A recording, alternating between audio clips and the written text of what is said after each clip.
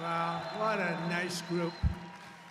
And I love Miami. I love to be with the people. Many of you are not from Miami, but that's okay too. And I'm thrilled to be back in magnificent Florida, Miami, Florida, with thousands of incredible business leaders and true American patriots. That's what you are. We're gathered today on the one-year anniversary of the single most consequential election victory, they say. This is them, this isn't me. I'm a very modest person, I would never say this. The single most consequential election victory in American history. It's possible. I mean, it's possible. We've done a lot. On November 5th, 2024, the American people reclaimed our government. We restored our sovereignty. We lost a little bit of sovereignty last night in New York, but we'll take care of it. Don't worry about it. We rescued our economy, regained our liberty, and together we saved our country.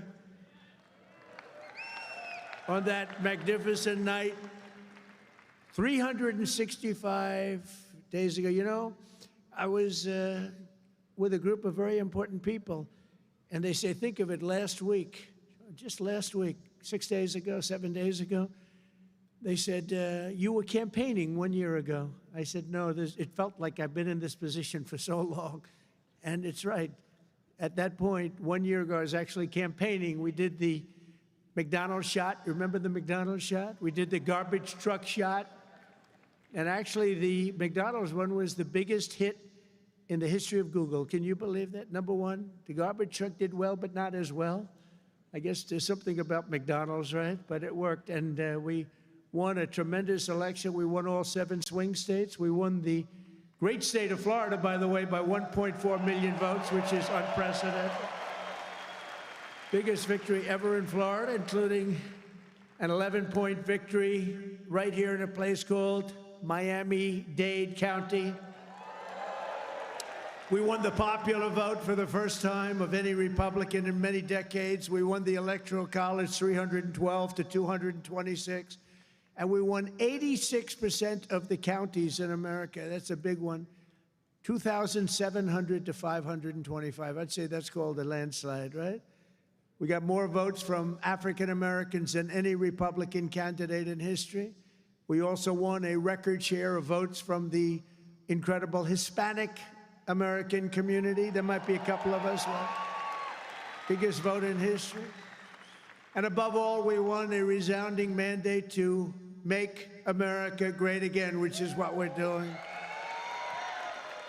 And every day since, I've been fighting to turn the promise made into the ultimate promise kept. We're going to do our job. We have a big job to do. We've done really well. I think it's the best 9 months, they say, of any president, and I really believe that if we can have a few more 9 months like this, you'd be very happy, you'd be very satisfied. But it's been pretty incredible, with trillions and trillions of dollars being poured back into our country by other countries and other places and people. 1 year ago, we were a dead country. Now we're a country that's considered the hottest country anywhere in the world. It's the hottest country. We are now in the hottest country anywhere in the world. And I'm pleased to report that today the United States has the strongest economy, the strongest borders, the strongest military, the strongest friendships, and the strongest spirit of any nation anywhere. We have the greatest economy right now. A lot of people don't see that.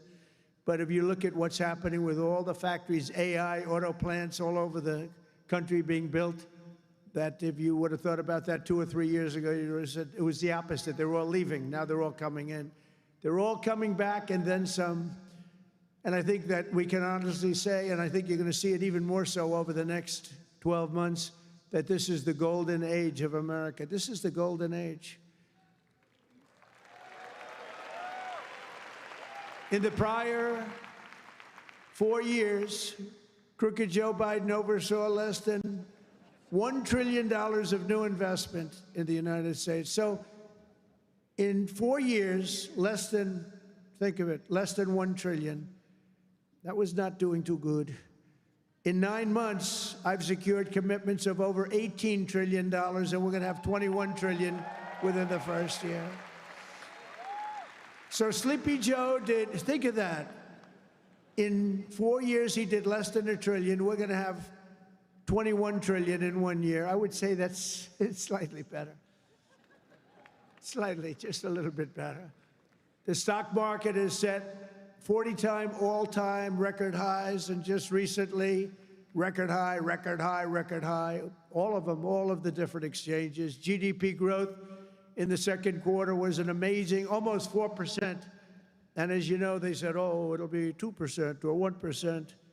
And it's been really helped a lot by the tariffs. It's been really helped incredibly, because this is really a transition period. We went from a horrible, failed country to a tremendous success. It's a transition, and yet we did almost 4%, triple and even quadruple.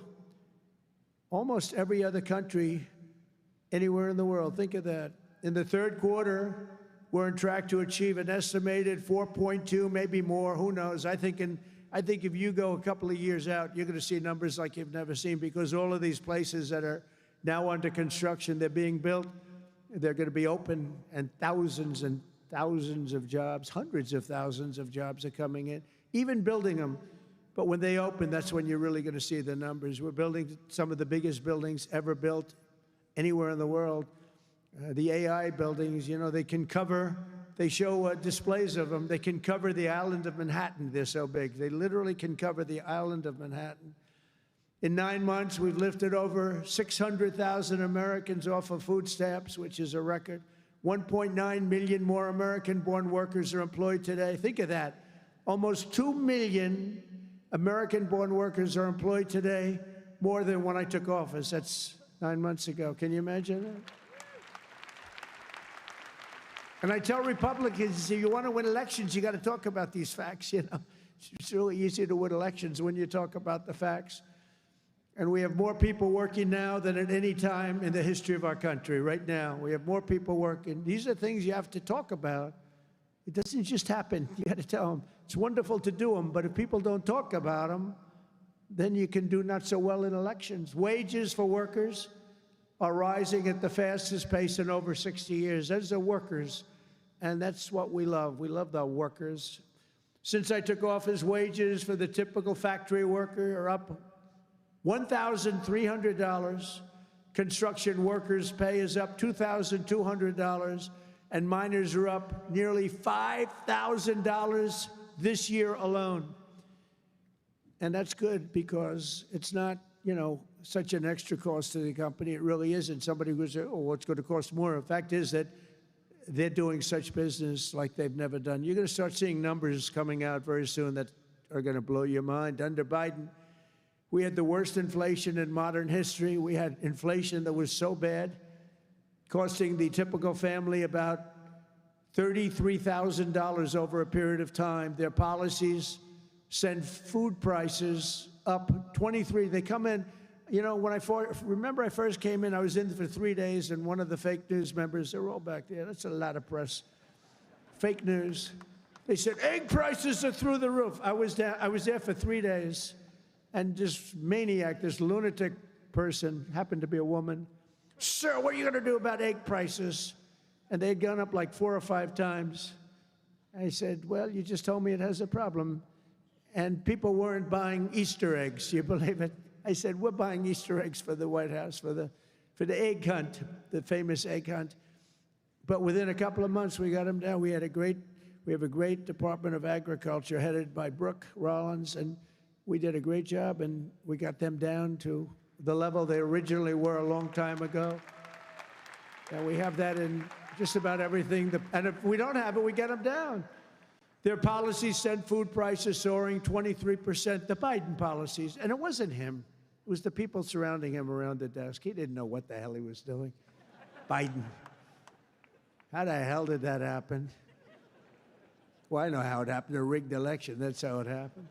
Think of the damage done. Although I must tell you, but this is a much more powerful term. I mean, this is a much better term. In one way, it's bad to see how bad people... You're going to see the same thing in New York, by the way. You watch what happens in New York. Terrible. But you're going to see that same thing. And I hope it doesn't happen, but you're going to see it. Gas prices are surging to $5 a gallon. even higher, and mortgage rates skyrocketed by 152%.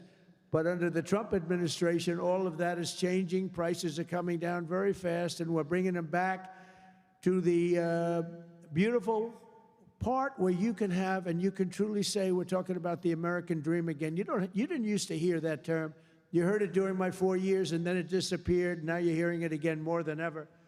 Because we had the most successful economy in the history of our country during my first 4 years. We rebuilt the economy, cut the biggest tax cut in history. We had the biggest tax cut in history, the biggest regulation cut in history. That's why we had the great economy. And now the only difference is we're doing better this time. Actually, we're going to have a bigger, better, stronger economy than the first 4 years. And that was the biggest, that was the most successful economy in history. Gasoline prices have plummeted to the lowest in 2 decades, and we're going to soon see $2 gasoline. Think of that, $2 a gallon. It was up to $4.50, $5. And you know, when you get gasoline and you get oil and gas down, it's so big, it's so massive, the importance of it, that everything else starts to follow. And that's what's happening. Grocery prices are way down, and Walmart just announced that the cost of their standard Thanksgiving meal, this is the greatest. They're greatest, they're wonderful.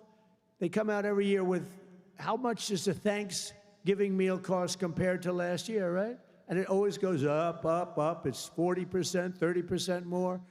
Is 25% lower than 1 year ago. Isn't that great? That's a big deal, Rima. That's a big deal. I don't know if they care about that in Saudi Arabia, but here it means a lot. We got the princess here from Saudi Arabia. She's got a lot of cash. Serious cash, and she's a great person. So she doesn't care about the price of a turkey is down a little bit, you know, she doesn't have to worry about it. Since March, the price of eggs is down 85%. Energy prices are down, interest rates are down, despite the fact that we have a total nincompoop at the Federal Reserve. It was recommended by one of my real great people, who I'd never spoke to again.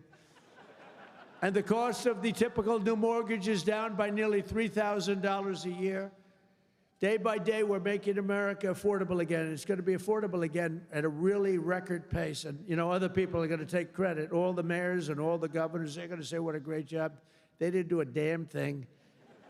Yet as we speak, the Democrats in Congress are trying to put all of this progress at risk and drag us back to the Biden policies of soaring prices, crushing energy costs, massive spending, open borders, let the world come into our country from prisons and from mental institutions, let them pour in, and rampant inflation. That's what Biden gave us, all of those things. With the reckless Democrat shutdown, virtually every Democrat in Congress has voted to hold the American people hostage in an effort to extort hundreds of billions of dollars in new spending. They're demanding free health care for illegal aliens that just came into our country from prisons and from mental institutions, and drug dealers and drug addicts, and they want to give $1.5 trillion in giveaways that would turbocharge rapid inflation again, as they did the first time. You remember that just a couple of years ago, 4 disastrous years we just had. They were the worst years. Meanwhile, the radical left Democrats are causing millions of Americans who depend on food stamps to go without benefits. They're forcing federal workers to go without paychecks, and they're stranding thousands of travelers at the airports. And you understand it, and they understand it. All because they want to return to the failed Biden policies that created, and also Obama policies. I watched him the other day up talking, well, Donald Trump is a mean person. I'm not a mean person. I just want to have a country that's great again. Is that okay? I'm not a mean person. He's a mean person. He's a divider. He's a divider. Obama, Barack Hussein Obama. And by the way, ask him how he's doing on his museum library. He's got hundreds of millions of dollars of cost overruns. It's come to a dead halt. He built it in not a particularly good location. He's not into real estate, you know? He doesn't know about location. He doesn't know about location. But he built it in a location that's not going to be too good. but the thing has come to a dead halt. It's way over budget. It's sort of like Gavin Newsom in California. He's got a train that was supposed to go from San Francisco to Los Angeles, which is a stupid idea because an airplane is faster. I don't care how fast it goes. And they had plenty of airplanes. San Francisco, inside San Francisco to inside right there, LA. And what they did is they said, oh man, this has been going on for years. It's billions and billions of dollars over budget. So what they decided to do is cut it so that it doesn't go into San Francisco and into LA. It way short of both. And then they cut it again and again and again. Pretty soon they're going to have like 2 miles of track. Billions and billions of dollars, totally incompetent. The biggest cost overrun proportionately that I've ever seen. Many, many, many times more. And it's no longer the same. It was supposed to go into the city. Now it's way short, many miles short of the city. So they're going to drop you off and you can walk the rest of the way. That train is going to haunt him. You watch, because he doesn't have what it takes. I tell you that. Slimy guy. He's a slimy one. Maybe that should be his nickname. Slimy Newsom, right? But he doesn't have it. But you look at that train, it's going to cost him. Republicans have voted 14 times to fund the government. And it's time for Chuck Schumer, crying Chuck. Remember he started crying at the airplanes? They were the worst forced tears. I've known him all his life. He's never cried. But he broke down in tears. He was so devastated. He didn't know why he was crying, but he just thought it was good to do. His people told him this was a good time to cry. Crying Chuck. But it's time for Chuck Schumer and the radical Democrat Congress to stop playing games with the people's lives and to pass a clean funding bill that they've done 30 times before. And to reopen government immediately. Just reopen it. They don't like it to be reopened because we're setting records. They think actually, I don't think anything's going to hurt. We are so strong now that I'm not sure that anything's going to hurt. But it would be good to open it up. Take care of the people with jobs that aren't going to get paid and aren't getting paid. And no matter what, we will not let them impose their inflation-causing extremism on the American people. We're not going to pay $1.5 billion for people that came into our country illegally, okay? If you don't mind. That's what they did last time. Remember the Inflation Reduction Act? The greatest scam, one of the greatest scams. I would say some of their environmental scams were even bigger, but one of the greatest scams ever, Inflation Reduction Act. And then they admitted it had nothing to do with inflation reduction, remember? But it did actually caused massive inflation. It actually caused massive inflation. But we don't use auto pens in the Trump administration to sign things. We don't believe in that. You know, I get these guys come in with these big, beautiful documents, gorgeous, beautiful, must cost a fortune. I should check the price. But, you know, a general is being made or something, you know, some big post. And they say, sir, would you sign this, please? It's going to be a 4-star general, or it's going to be a big cabinet position, or it's going to be something with medical or whatever. I take my pen and I sign it. In his case, they walk it into a room and they give it to somebody who's no idea who Biden is. But Biden doesn't have any idea who he is either. And they have a machine sign it, the auto pen. And all of the pardons, he gave thousands of pardons to people. He had no idea about it. He didn't know about it. And therefore, all those pardons are void. You know, you have to have, it's a very complicated thing if you're going to use the machine. You have to do it properly. And he didn't have any idea what was happening. And this is what we had as a president. We don't want that. You have the opposite right now. I don't want to be braggadocious, but you have the exact, I know exactly what's happened.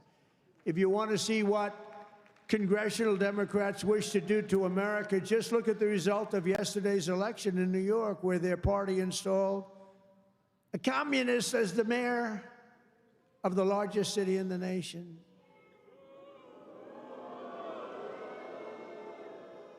Remember, I've said we will never have a socialist elected to any post in our country. I used to say that, and I was right. We skipped socialist and we put in a communist instead. That didn't work out too well. But As I've warned for many years, our opponents are hell-bent on turning America into a communist Cuba or socialist Venezuela, and you see what happened to those places. For generations, Miami has been a haven for those fleeing communist tyranny in South Africa. I mean, if you take a look at what's going on in parts of South Africa, look at South Africa, what's going on. Look at South America, what's going on. You know, I'm not going to, we have a G20 meeting in South Africa. South Africa shouldn't even be in the Gs anymore because what's happened there is bad. I'm not going. I told them I'm not going. I'm not going to represent our country there. It shouldn't be there. Take a look at what's happening in different parts of South America. Take a look at what's happening in different parts of the world. But now the Democrats are so extreme that Miami will soon be the refuge for those fleeing communism in New York City. They flee. They flee. Where do you live? New York City, but I'm trying to leave because I don't want to live in a communist regime. I hope it works out for New York. I love New York. I love New York. When I left New York for the White House, it was good, except we had, you know, the telltale signs of trouble because we had a guy named de Blasio. Do you ever hear of him as mayor? He goes down as probably the worst mayor in history. Then he went to Harvard to teach government. Do you believe it? They took de Blasio, and they took that mayor from Chicago, the woman, the one that gets her hair done very expensively, right? Beautiful hair. She got beautiful, luxuriant hair. And they took her, and she's teaching at Harvard. They're teaching government. And then you hear about Harvard. We're trying to work a settlement with Harvard right now for about, like, a lot of money. I won't tell you what, but you'll be reading about it pretty soon. Because what they've done to Jewish people and what they've done to others is pretty bad, I'll tell you. It's pretty bad. Going to cost them a lot of money. After last night's results, the decision facing all Americans could not be more clear. We have a choice between communism and common sense. Does that make sense to you? Common sense. It's common sense or communism. And you know, you take a look back 1,000 years, it hasn't worked. If it worked, we'd be using it, I guess, but it hasn't worked. Our opponents are offering an economic nightmare. We're delivering an economic miracle. We have delivered in 9 months, this is an economic, the biggest investment of funds in a country in history by many times. That's good. They want higher spending for government and illegal aliens. We want bigger paychecks for American workers and American families, and that's what we're delivering. You see that. They stand for crime and chaos and corruption. We stand for law and order and justice. Also, strong borders. Boy, do we have strong borders. They put America last. We put America first. We put America first. And as long as I'm in the White House, the United States is not going communist in any way, shape, or form. We'll stop it. We're going to stop it. Stop this nonsense. You know, I said they were voting last night. You could have a communist or a thug. A communist, and they took the communist, you know. It's pretty amazing. We could have done a little better in terms of candidates.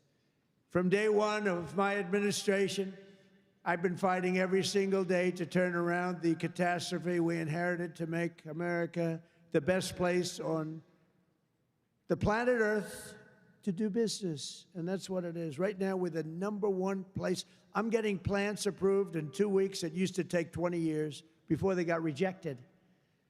You'd have young people start off. Their whole business was getting a certain plant accepted. 22 years later, they're ready to retire, and they haven't gotten it. And then they go to a vote, and they get rejected after 22. They wasted a whole life looking for an acceptance. We do it in 2 weeks. We make sure it's good. We make sure it's great and proper, environmentally sound. Takes 2 weeks. My goal is to have the best tax rates, the lowest energy cost, the lowest regulatory burden, the most advanced technology, and the fairest trade deals anywhere in the world. You know, we're leading China. We're leading everybody by a lot in AI. And this was my idea, so I'm very proud of it. I said, build your own electric. People would come. We need more electric grid, sir. The electric grid's 200 years old. We need more electric grid. It's old. The electricity that the AI plants need alone is double the entire electricity that we have in the country right now. Can you believe it? So I had this idea. I said, we can't fix the old grid that much. We'll fix it up. We'll keep it going. A little Band-Aid here, a little Band-Aid there. It's old. And I said, here's what we're going to do. We're going to let these geniuses build their own electric generation. So they are building their own electric utility plants. They become a utility, if you think about it. They're building the utility and the electric right alongside. This is where they have their transformers and everything. They're building the most expensive electric plants you've ever seen, generating plants, some by nuclear, some by oil and gas, some by coal as a substitute. They're building them right next to their plant, and they're incredible. People say they've never seen anything like it because these minds are genius. To them, an electric plant is not complicated. To them, an electric plant is better than the people that produce electricity, although Florida Power and Light is doing a lot of plants for people. They're pretty advanced, I have to tell you. But they're building their own juice next to the plant. Isn't that sort of a cool idea? And you know, when I first proposed that, they came into my office with, you know, they have unlimited money, but they were trying to figure out how they can build it because they had no electric of any consequence. And I said, you're going to build your own plant. I'm going to get you your approvals in 2 weeks, 3 weeks, maybe a month if I'm slow. We have a great man, Lee Zeldin, in charge of the environment. He's incredible. And he's tough, too. He's very tough. But they have their approval in 2-3 weeks. You know, they're dealing with the best experts in the world. They know what they're doing. It's amazing when you see some of the stuff come in, designed by guys with 190 IQs, and then you have an inspector who's not quite as smart as that, inspecting it to see whether or not it's okay, and he has no idea what he's looking at. No idea. But I said, you're designing your own electric plant, and they didn't believe it. They come in 2 weeks later, they say, the biggest problem is electric. I said, you can design your own plant, and we're going to have your approvals within 2 to 4 weeks. And they said, he's really serious about it. They thought I was kidding. It was so good, they couldn't believe it. They'd leave and they couldn't believe it. It took me 2 or 3 times to say it. Yeah, they're designing their own electric plants, and it's unbelievable. And then they're going to sell their excess electricity back into the grid. So we benefit in that way, too. In July, I proudly signed into law the largest tax cuts in American history. Now, that's the second time. I did it the first time, but these are even larger, the great, big, beautiful bill. And that includes no tax on tips, no tax on overtime, no tax on Social Security for our great seniors, no tax on Social Security. I wonder which is the most popular of the no tax on tips. You know, I was in Nevada, in my building in Las Vegas, and I had this beautiful young waitress come up to me. I never talk about beauty anymore because politically, if you mention somebody's beautiful, that's the end of your political career. So I don't mention that she was beautiful, but she was beautiful.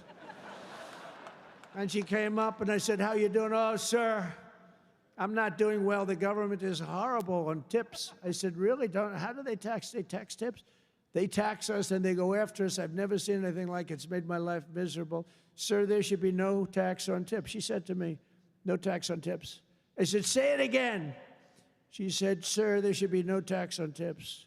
So we had a lot of the fake news waiting for me outside of the restaurant. So I went out and I said, ladies and gentlemen, I have an announcement to make. There will be no tax on tips. That's how it all started. And I won Nevada. I won Nevada.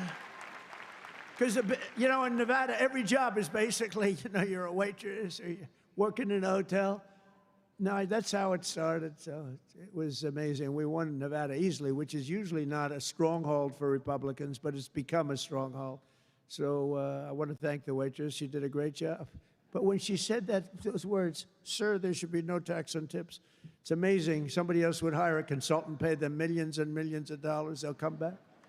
And they'll say, sir, I think you should absolutely tax tips. And you'll lose the election. But we also have 100% expensing for all new factories, plants, and equipment, so your businesses can write it off all in 1 year, and that's a lot of jobs you're doing and producing. That was, to me, the biggest thing in the first bill. But this is even better because this goes for a 10-year period.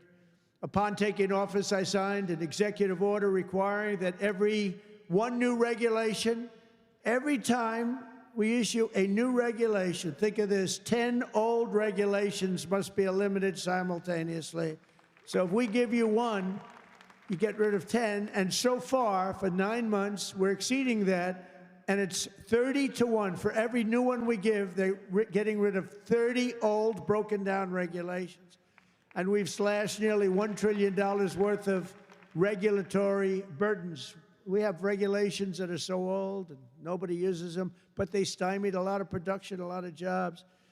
And I did it the first time, and we had the largest regulation cuts in history, and now we're exceeding it this time. So it's big. It's one of the reasons we did so well then, and I think it's one of the reasons we're doing so well now. Again, we have to talk about it, because if we don't talk about it, nobody else, the fake news, is not going to talk about it. And we have streamlined permitting for the new energy and mining projects. What used to take decades now takes 28 days. And on day one, I signed an executive order to unleash American energy and officially terminate the Green New Scam. Has anyone ever heard of the Green New Scam? Remember the old thing, global warming, and then it would be too cool? And then they said global cool. They didn't know what the hell to say. So they came up with the greatest, climate change. No matter what, if it goes up, if it goes down, climate change. They're very, very smart people, but not smart for us. They're smart for them. But my policy was very simple. Drill, baby, drill. We're drilling like crazy right now. And to curb inflation, we've slashed the size of government for the first time in years, and we're waging total war on waste, fraud, and abuse like we've never done before. Since January, 100,000 bureaucrats have left the federal payroll. Government spending is down 2.5% this quarter compared to 1 year ago. Think of that. And in stark contrast to last administration, 100% of all new jobs created in America under my administration have been created in the private sector. 100% of the jobs have come from the private sector. Otherwise, you don't have a country.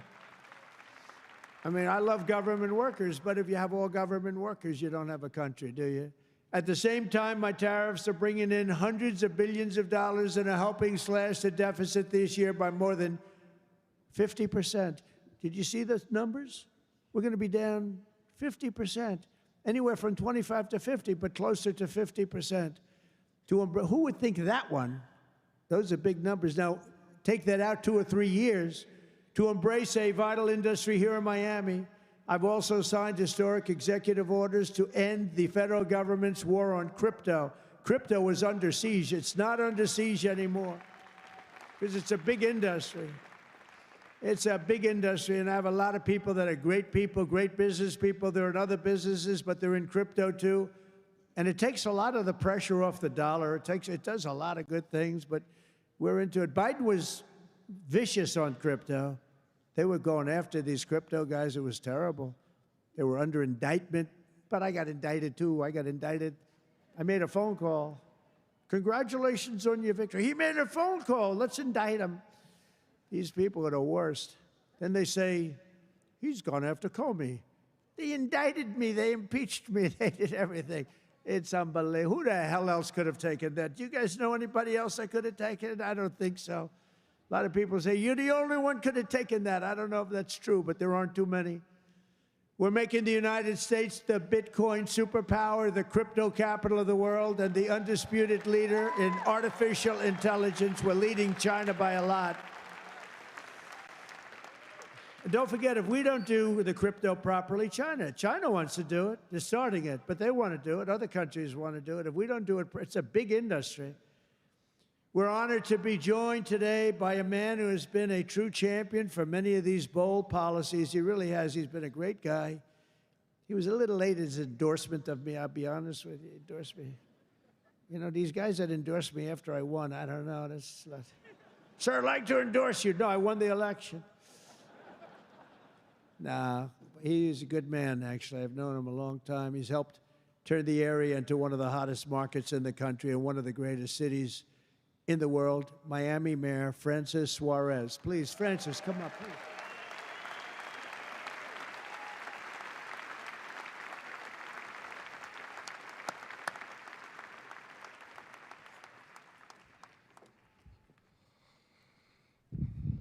you're never gonna let me forget that one, huh? Thank you, my brother. Thank you, Mr. President. Just a little shorter than you are. Oh, it's truly a great honor to be here with you this afternoon and to have you here once again in the great city of Miami. Your leadership and your vision have shaped not only our nation, but also the future of our city. Miami's success today is rooted in the values that are deeply American: opportunity, freedom, safety, and innovation.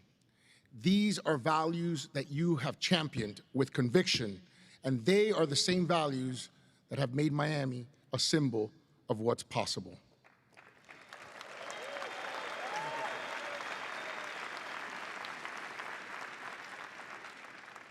When people believe in the promise of America, Mr. President, I want to personally thank you for your continued support of our vision for this city.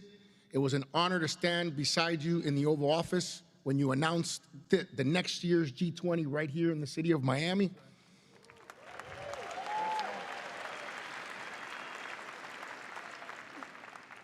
Thank you for choosing our city to host what is perhaps the most important and consequential gathering of leaders from around the world. Miami has come a long way, and we will rise to the occasion, Mr. President.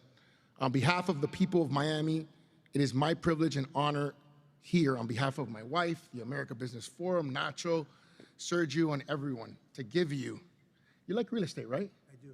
Yeah. This is a key that opens some really nice presidential library real estate. Wow.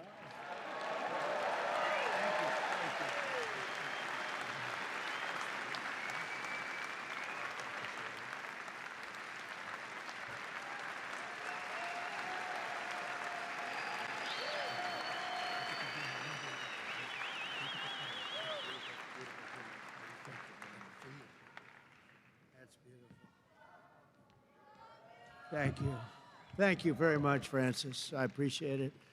And you know, he's really a special guy. I'm going to take this, I'm going to put it in the White House, and then I'm going to move it to Doral in about 3.5 years. We put it right in Doral, right? In the lobby of Doral. A lot of people from Doral. Well, thank you. That's a great honor. I also want to thank a man who's been unbelievable in terms of Israel and so many other things. You know, he was a great real estate developer, but he had a great personality. And you need a personality for this. And I said, he's just as good as there is, and he's done so well. And you look at what's happened with Israel. We have peace in the Middle East. Can you believe it? Peace in the Middle East. And he's special envoy Steve Witkoff. Steve, where are you, Steve? Wherever you may be. Where are you? Steve, thank you. What a job you've done. Thank you very much. What a job he's done. That guy's got that personality. Now, I wanted a deal maker, but, you know, a lot of deal makers don't have good personalities. You end up in a war. They make the deal, but you end up in a war. This guy, everybody loved him for years. I've known it. And he was the right guy for the job. Peace in the Middle East. 3,000 years. They've never had peace in the Middle East. We're going to have it, too. We're doing well. Just keeps going along. And we just had a meeting. It's even more and more so. And so many people in this room are very much into Israel and the Middle East. And it's been amazing what we've been able to do. And you've done such a big part of it, along with a very special young genius named Jared Kushner, who helped you so much. Stand up, Jared. And he's the father of the Abraham Accords, right? He's the father of the Abraham Accords. And by the way, my granddaughter, Arabella, would you stand up, Arabella? She looks so great. I said, how are your marks in school, Arabella? Grandpa, I have all A's and A+, you know that. Like it was a stupid question I asked her, right? We're proud of you, Arabella. Jared, thank you. What a great job. But we have a lot of people joining now the Abraham Accords. And hopefully we're going to get Saudi Arabia very soon. But I'm not saying that. I'm not lobbying. No, but we have a lot of people. We have a lot of people that are coming aboard. You know, the key was when we took out the nuclear capability of Iran, all of a sudden everybody said, wow, That was nice. They've been wanting to do that for 20 years.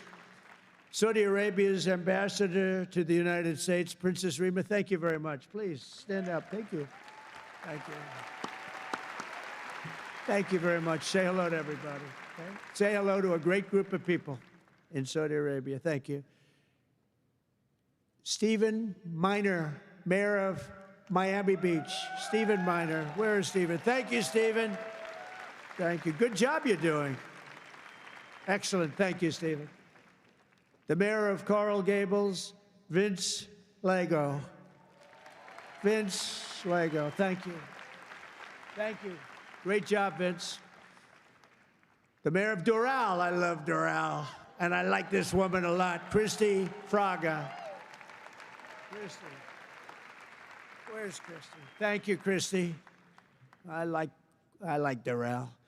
We also have Commissioners Damian Pardo, Laura Dominguez, Ralph Rosado, Miami-Dade Supervisor of Elections, Alina Garcia, the President of FIFA, Gianni Infantino. FIFA, where's Johnny? Whoa, Johnny, my boy. I didn't know he was going to be here. He's big stuff. And the world, look, you know, Johnny and I worked the deal originally, and it looked like I wasn't going to be president because it was in this term, right? So when they rigged the election, I said, oh, man, I have to run again because I want to be president when they have the World Cup, right? And look what happens, Johnny. I'm president when we have the World Cup. It wasn't supposed to be that way. But I can only tell you that the tickets are selling at numbers and record like they've never sold ever before. I heard you just told me that they're doing record business, right? We had the World Cup coming. Think of it, we have the World Cup coming, we have 250 coming, and we have the Olympics. 250 is 250 years of age. And we have UFC at the White House, by the way, on June 14th. That's going to be at the White House. That's going to be a tough ticket. That's UFC, but we have, think of it, Johnny is there with FIFA, and we have the Olympics. We have it all coming. It's all this thing. I'm glad I'm sort of happy the way things worked out, you know? It's turned out to be as good as it could be. I think we've made more progress than we ever could have made in the second term. I think this is really more progress being made.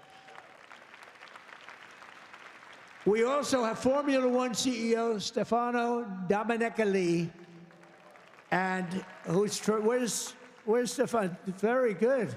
That's big stuff. We have a lot of big people here today. We also have a gentleman who called my election successfully. He said, and Donald Trump will be the next president of the United States. Got a great voice. Brett Baer. Where's Brett Baer? Brett Baer. Where is he? And his son is with him, Paul. Paul's a very good golfer, so is Brett. Thank you, Brett. He's doing an interview with me right after the... Oh, is that Paul? Stand up, Paul. Paul, did we take your father easily in golf? Tell me, huh? That was easy, right? Get ready. We'll do it again. Thank you very much, Paul. You look great. Also, I want to thank your two great senators, Ashley Moody and Rick Scott. And, you know, I just left them. Believe it or not, I had a meeting with all the senators this morning. I gave them my vision because, frankly, it's always nice to have good vision. And they are two terrific senators, and they're in Washington working hard, and they were going to come. And I said, do me a favor, stay back and work on the things you're working on. They're working on really things. And Ashley is in the election. Rick just won his election. They're two great senators that you have right here in Florida. So that's really good. And they're working to make America great again. So I said, stay back in Washington. Together with many of the people here today, we've achieved more in 9 months than most administrations achieve in 8 years. It's true. We've really done a lot. We inherited the worst border in history, and within a matter of weeks, we turned it into the strongest border anywhere in the world, and they have some pretty strong borders, but we have literally no people coming through. They do come in. They come in legally. You know, we want people to come in. We want to make it real easy for them, actually, but they come in legally. So you have to know that. We just don't want criminals coming in. We don't want people from prisons. We don't want prisons dumped into our country like Venezuela did. They emptied their prisons into our country. We don't want that, right? For months in a row, 0 illegal aliens have been admitted into the United States. 0. They actually announced it. This is an official 0. Remember when Biden said, I have no control over the border? Millions of people pouring through, not people that you could look at them, not that we discriminate. You could look at them and say, these are not going to be perfect for our country. They were rough people that they let in. They had 11,888 murderers, 50% of which murdered more than one people. We don't want them. We're getting a lot of them out. Hopefully, we're going to soon have all of them the hell out of here. Either out of here or we have to put them in jail because they're so dangerous. Some are so dangerous, we don't want to bring them out. We'll just make sure they never come back in. But this is what they were putting in our country, and it's a disgrace. On day one, I signed an executive order to designate the drug cartels as foreign terrorist organizations. We had a big, strong, positive number come out just recently. The drugs coming into our country are way down.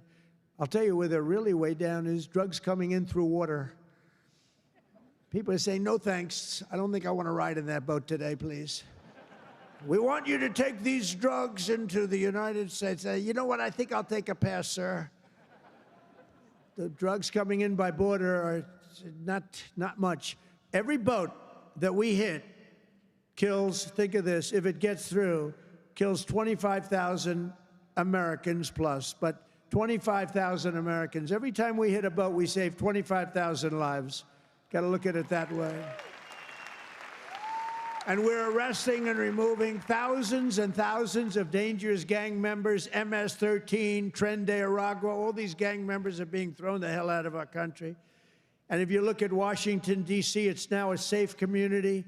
We're in Memphis now, and within 2 weeks, all of a sudden, it's like a safe community. It's really made unbelievable progress. And we're blowing up cartel terrorists. We're blowing them up linked to the Maduro regime in Venezuela and others. Look, it's not just Venezuela. But a lot of things are coming in. Look, Venezuela emptied their prisons into our country. Nobody wants that. They emptied their prisons into our country. We're liberating our cities from the scourge of violent crime, making our country safe and beautiful again. We're starting in our capital, Washington, D.C., which right now you can walk through the middle of Washington. You have no problem. 6 months ago, that wasn't the case. 1 year ago, it was a disaster. But law enforcement, our military has done an incredible job, actually. It's a safe, very, very safe city again. And it's been beautified. We're putting new medians in. We're covering the roads with nice, clean, beautiful asphalt. We're redoing the grass in the parks. It's really becoming beautiful again, and it's safe. We don't get calls that, think of it, call to the parents, your son, sir, has been killed. He came to see the Lincoln Memorial, and he's dead. No, that's not happening anymore. We run it tough. We run it very tough. Sometimes you have to be a little tough to get rid of. These are thugs. These are bad people. We're bringing them the hell out of our country where they came from. We renamed the Department of Defense to the Department of War. And well, if you think about it, after the Second World War, they changed it to defense, right? So we won the First World War. We won the Second World War. We won everything in between and everything before, never lost a war. We still don't lose wars. Sometimes we don't fight to win. You know, we'll stay around the country for 15 years, just bomb the hell out of everybody, make everybody miserable. Nobody knows why we're there, you know, the wars that never end. But we made it clear that the days of political correctness in our military, they're over. We don't want to get into wars. I rebuilt the military. We have the strongest military by far in the world. We make the best equipment, the best missiles, the best rockets, the best everything. We redid our nuclear. We're the #1 nuclear power, which I hate to admit because it's so horrible. It's such a horrible situation if it ever has to be used. Russia's second. China's a distant third, but they'll catch us within 4 or 5 years. They want to catch us, and they'll be able to catch us. And we're maybe working on a plan to denuclearize the three of us, so we'll see if that works. But we have the strongest military anywhere in the world by far. We're investing $1 trillion in the United States Armed Forces this year. It's the biggest amount we've ever invested, and the spirit of service members is soaring like never before. We used to have recruiting shortages a year ago. You remember, you couldn't get people to join our military all around the world. You couldn't get them to rejoin. You just couldn't, no matter what you do. That we were way short. Now you can't get into our military. The waiting list, you have waiting lists to get into our military because we have spirit in our country. And all around the world, America is making peace, and we're really making peace through strength because they know they're not going to mess around with us. Nobody's going to mess around with us. You saw what happened. We made a deal with China last week, and we made a deal with Japan last week. We made a deal with Malaysia. They helped us so much. All great economic deals, all great. Great for everybody. In 8 months, I ended 8 wars, including Kosovo and Serbia, the Congo and Rwanda. That was going on for a long time. Pakistan and India. You know, I was in the midst of a trade deal with both of them. And then I read on the front page of a certain newspaper, I said, I don't want to mention the newspaper because it's usually fake news, but I heard they're going to war. 8 planes, 7 planes were shot down. An 8th was really badly wounded. But 8 planes were shot down, essentially. And I said, this is war. And they were going at it. And they're 2 nuclear nations. I said, I'm not going to make any trade deals with you guys unless you agree to peace. No way, this has nothing to do. I said, it has everything to do. Your nuclear powers. I'm not trading with you. We're not making any deals with you if you're at war with each other. A day later, I get a call. We made peace. They stopped. I said, thank you, let's trade. Isn't that great? Tariffs did that. You know what? Tariffs. Without tariffs, that would have never happened. Israel and Iran, Egypt and Ethiopia, Armenia and Azerbaijan, and Cambodia and Thailand. All of them were in war, starting war. Some of the wars were 32 years old. One was 38 years old. Amazing. They tried to, President Putin, I spoke to him 2 weeks ago, and he said, on the one, he said, we've been trying to settle that war for 10 years. We weren't able to do it. You got to settle. I got some of these things settled in an hour. No help from the United Nations at all. The only thing I got from them was a blank teleprompter. Remember I went up there, Princess? Ladies and gentlemen, on behalf of the United States of America, President Donald J. Trump, I'm looking at the teleprompters, and I have all my friends, including your family, sitting out there, 158 leaders, some in beautiful silk white robes, others in bad shirts, bad ties, and some in beautiful shirts and ties. But they're all the leaders, 158 leaders.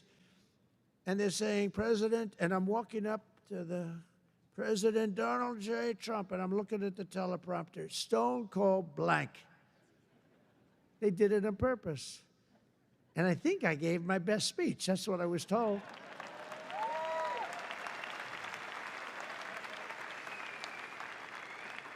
But it still wasn't a great feeling. I'm walking up very slowly. You know, I'm 20 feet. I'm trying to walk slowly because I see it's not working. They're dead. They did it on purpose. But it worked out okay. Not great people. Most important of all, for 4 weeks ago, and this is very important, we brokered the historic peace deal that ended the war in Gaza. And it's a serious end, too. You know, I read a lot of people, oh, it's very tenuous. Jared and Steve, I don't think it's tenuous to you. I hope it isn't, because otherwise I'll have to cross it off. I'll have to say I only ended 7. But that was a tough one, right? That was a tough one. But there's nothing tenuous about it. It's a serious end. Gaza has been a disaster for so many years, and I think it's an end. I think you're going to see some tremendous things happening. We just had a meeting just before I got up, and some great things are happening. And with Israel and peace in the Middle East, it's amazing, actually, what they've done. And what you two guys have done have been incredible. True. On day 1 of my administration, I signed an executive order to slash federal funding for any school that pushes critical race theory or transgender insanity on our youth.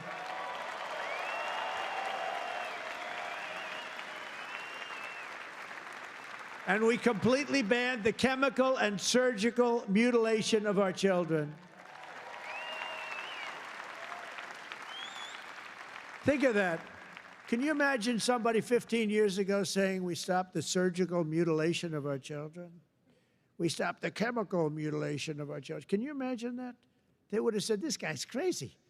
And now you're saying, thank you very much, because you know it's true. How about this one? We got men out of women's sports. It's over. It's over. Men out of women's sports.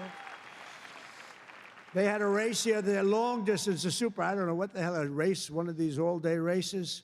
They had the top women, the top men. The man won by 5 hours and 18 seconds, okay? What the hell? How about the weightlifting?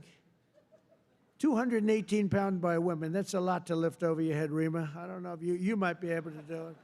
218 pounds or whatever was the record. A man beat the record by 100 pounds. It stood for like 17 years or something. A man beat the record by 100 pounds. He was a failed male weightlifter, but as a female, he did very well. That's a record that won't. This is a thing that stood. They'd put a quarter of an ounce and a quarter of an ounce on each. 18 years the record stood. Then a guy comes along, ping, ping. This is a crazy, these people are crazy. And Mandami, whatever the hell his name is in New York. No. He thinks it's wonderful to have men playing in women's sports. The swimming's good too, you know? You know the story? Records are being beaten by numbers that nobody's ever seen, nobody ever thought possible. But a lot of those records are being changed back to where they should be. And I made it the official policy of the United States government that there are only two genders, male and female.